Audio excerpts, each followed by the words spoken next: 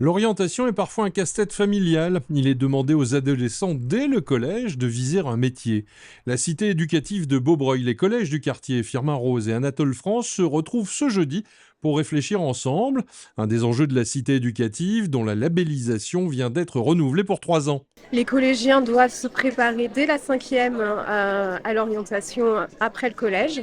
Et donc, il faut connaître un maximum de métiers, c'est pouvoir ouvrir le champ des possibles, qui est un objectif de la cité éducative, pour leur ouvrir les portes et définir avec eux leur futur. Si les jeunes gens sont assez classiques dans leur choix, les métiers d'uniforme, l'industrie, les jeux vidéo, les jeunes filles commencent à faire bouger les lignes. On reste sur, malgré tout, la petite enfance, le soin et l'aide à la personne. Malgré tout, on sent un glissement vraiment des filles qui vont aller de plus en plus vers l'armée. Ça, vraiment vers l'armée, vers des métiers dits plus masculins en tout cas, plus techniques. Pour tout ce qui est armée de l'air, armée de terre, parce qu'on les voit vraiment rarement. Et aussi tout ce qui est police, technique et scientifique. Et la quête du stage d'observation est semée d'embûches.